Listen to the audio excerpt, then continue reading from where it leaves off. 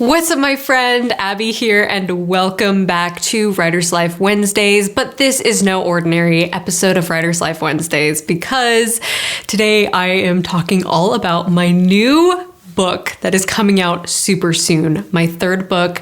I'm so excited. I've not done an official video about it yet, and I've not officially announced anything about it yet, but I have some exciting news, and that is I'm going to be revealing the title this week. This weekend, I'm going to be posting a special teaser video, and in that video, I'm going to be revealing the title and the release date. Oh my gosh, it's so exciting. It's so exciting. Okay, so I have teased a little bit about this book on Instagram. If you follow me on Instagram, you probably saw me post about it when I finished my final round of edits. But for those of you who don't know anything about this book, other than the fact that it has a lighthouse in it, let me give you a quick look at what this story is about. It's kind of a romance, but it's also kind of literary in a way. It takes place in the Pacific Northwest in the 1990s, and it involves a lighthouse, obviously. Stormy, moody Washington vibes. I'm in love with it. There may or may not be a love triangle, but don't worry, it is not your average love triangle. And there's also a huge focus on family dynamics, family relationships, love between families, especially between brothers, because you know how much I love writing brother relationships. Two of my main guy characters are bush pilots, and I cannot wait to watch you all fight over which one you love most. And my female protagonist is named after her favorite animal. Not kidding. I'm gonna leave you to guess what that is in the comments below and just wait until the blurb reveal to find out. Also, there is a plane crash, buried family secrets, 90s nostalgia, brother banter, unbearable romantic tension, secret dating, heartbreak, small town vibes, Greek mythology, and a very cute dog that you're going to want to adopt by the end. And that's all I'm going to say for now, because I've not revealed the blurb yet. I've not revealed what the story is actually about yet, but that gives you a good glimpse of what the mood and the aesthetic and just some of the components of the story. I absolutely love this book so much. It has really become probably one of my favorite things I've ever written. Every book is different, and it's really funny how that works. One book, you'll write it and the experience is totally different than the next book you write. And that's part of what makes writing really cool. I started writing the first draft on April 10th, 2020, and I finished the first draft on June 13th, 2021. So it took me over a year to write the first draft of this book. And partially that was because I was not rushing. I was not doing NaNoWriMo. I was not challenging myself to write this book quickly. And I think that really helped to make it more thoughtful and to give me a better perspective on the character arcs. After I finished the first draft, I basically let it sit for an entire year. And then I picked it back up last summer. As you probably noticed during my vlogs last summer, I've been rewriting this book that you've heard me refer to as the Lighthouse book. So yeah, been making progress on that, and I'm really excited with how it's going. So that's where we are now. I have the book here on my desk, and it is pretty big. It's 125,000 words, which is longer than 100 Days of Sunlight, obviously. But I feel like every chapter matters, and that is my golden rule, as you guys know. So right now, where I'm at in the stage of publishing is I'm in the midst of my final pre-proofreader proofread. A lot of writers ask me, how many times do I proofread a manuscript before I publish it? And the answer kind of changes depending on the book, but I'm not going to include the editing process as part of my proofreading process here because editing is so chaotic. And I do a lot of proofreading between edits. So between developmental editing, and then I'll read it, and then I'll line edit, and then I'll read it again, and then I'll work with reading it with my mom, and she helps me to edit as well. So not including any of those proofreads, I proofread about 3 times.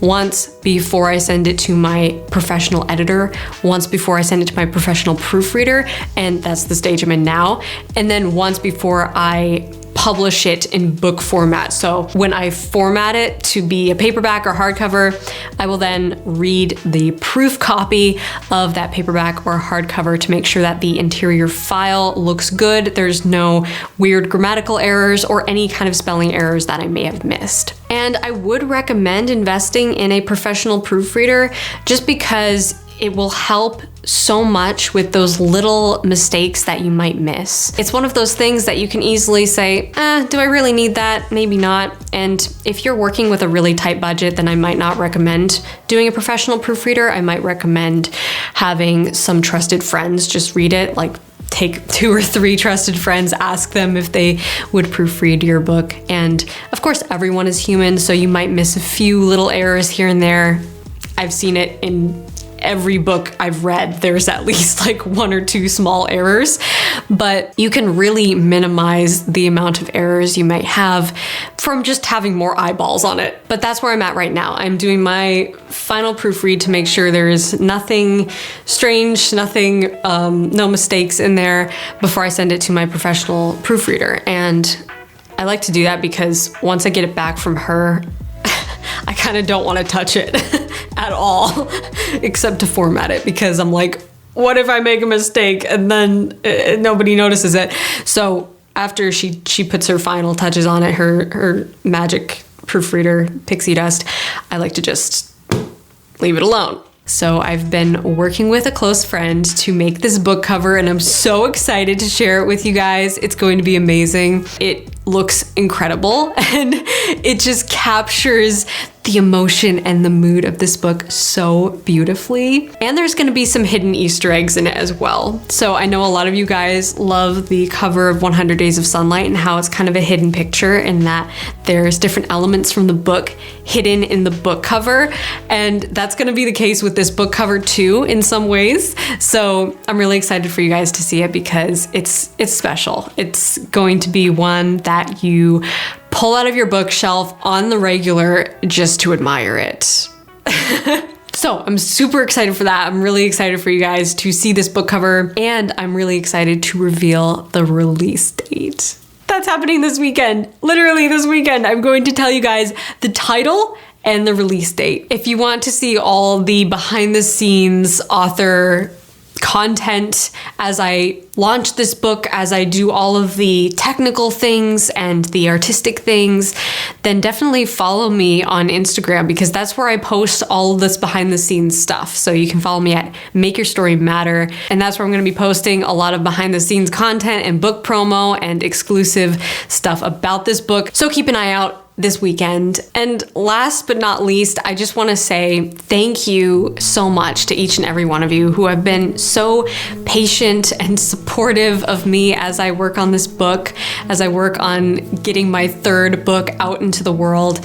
And I'm just so grateful for your patience and for your kind, thoughtful comments on this channel, and for just the way that you support what I do and my writing. It means so much to me, and I've really been pouring a lot of my heart and soul and my time and energy into this book to make it something truly special, something that I hope will inspire you, make you smile, maybe make you cry, make you laugh, and something that you can remember for years to come.